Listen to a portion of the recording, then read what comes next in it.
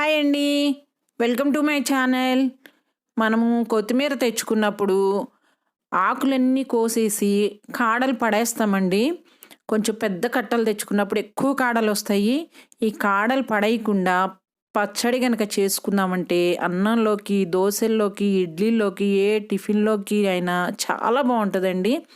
పునుగుల్లోకి, ఎటువంటి టిఫిన్లోకైనా బాగుంటుందండి. చాలా ఈజీగా సింపుల్గా చేసేసుకోవచ్చు. దీనికి స్టవ్ పైన ఒక బాండి పెట్టుకొని 1 స్పూన్ ఆయిల్ వేసుకోండి. ఈ ఆయిల్ కాగిన తర్వాత 2 స్పూన్ల మినప్పప్పు వేసి వీటిని గోల్డెన్ కలర్ వచ్చే వరకు వేయించుకోండి. మీ దగ్గర కనుక పొట్టు మినప్పప్పు ఉంటే అవి వేసుకున్నా కూడా టేస్ట్ చాలా బాగుంటుందండి. ఈ విధంగా గోల్డెన్ కలర్ వచ్చిన తర్వాత వీటిని తీసేసి ఒక మిక్సీ జార్లో వేసుకోండి.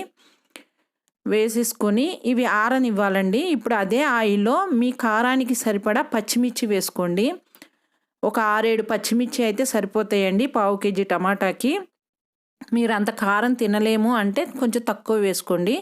ఒక పావు కేజీ టమాటాలని ఈ విధంగా ముక్కలు కట్ చేసి వేసుకొని ఒక్కసారి తిప్పేసి ఆయిల్ మొత్తం దానికి పట్టేటట్లు ఒక్కసారి తిప్పి ఇవిగోండి కొత్తిమీర కాడలు. ఈ కాడలు అస్సలు వేస్ట్ చేయొద్దండి. ఈ విధంగా కట్ చేసిన కాడలు ఆకులు కట్ చేసేసుకొని ఈ కాడలు వేసేసి కాడలన్నీ వేసుకోండి. చిన్న ముక్కలుగా కూడా కట్ చేసి వేసుకోవచ్చండి. లేదు ఇదే విధంగా వేసేసుకున్నా ఏమీ కాదండి, చక్కగా వేగిపోతాయి. ఇలా వేసేసి ఒక్కసారి తిప్పుకొని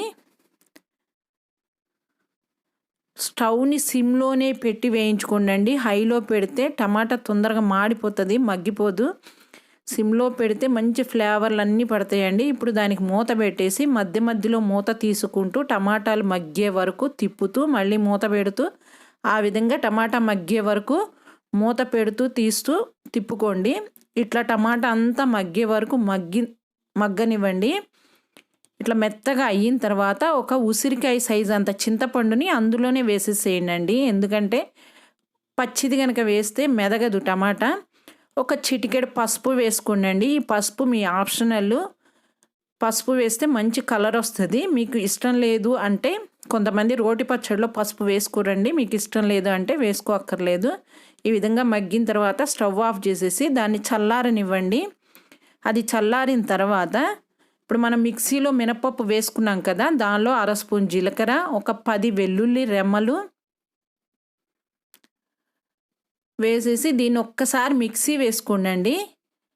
ఇది మిక్సీ వేసుకోకుండా టమాటాలు వేసేస్తే అది పప్పులు మెదగవు, మినప్పప్పు కాబట్టి ముందు మినప్పప్పు మిక్సీ వేసుకొని తర్వాత ఈ టమాటా పేస్ట్ అంతా ఆరిన తర్వాత అందులో వేసుకొని మీ రుచికి సరిపడా సాల్ట్ వేసుకొని ఒక్కసారి మిక్సీ వేసుకోండి. కచ్చపచ్చగా వేసుకోండి, ఏమి మెత్తగా వేయక్కర్లేదు. ఈ విధంగా కచ్చపచ్చగా వేసుకొని ఒక గిన్నెలోకి తీసేసుకొని ఇప్పుడు స్టవ్ పైన ఇంకొక చిన్న బాండి పెట్టుకొని ఇంకొక స్పూన్ ఆయిల్ వేసుకొని దీన్ని పోపు వేసేసుకోండి. కొంచెం మినప్పప్పు, ఆవాలు, జీలకర్ర, ఒక 2 ఎండుమిరపకాయలు ఎర్రకొట్టి వేసుకొని ఒక రెమ్మ కరివేపాకు వేసి ఇది వేగిన తర్వాత స్టవ్ ఆఫ్ చేసేసి ఈ పచ్చడిలో వేసేసేయండి. ఈ పచ్చడి అంతా చక్కగా కలిపేసి అన్నంలో తిన్నా, దోశల్లో తిన్నా, ఇడ్లీలో తిన్నా, చపాతీలో తిన్నా, పునుగుల్లో తిన్నా, ఎందులో తిన్నా కూడా చాలా బాగుంటుందండి. నా రెసిపీ కనుక మీకు నచ్చినట్లయితే నా ఛానల్ని సబ్స్క్రైబ్ చేయండి, లైక్ చేయండి, షేర్ చేయండి, పక్కనున్న బెల్ బటన్ని క్లిక్ చేయండి.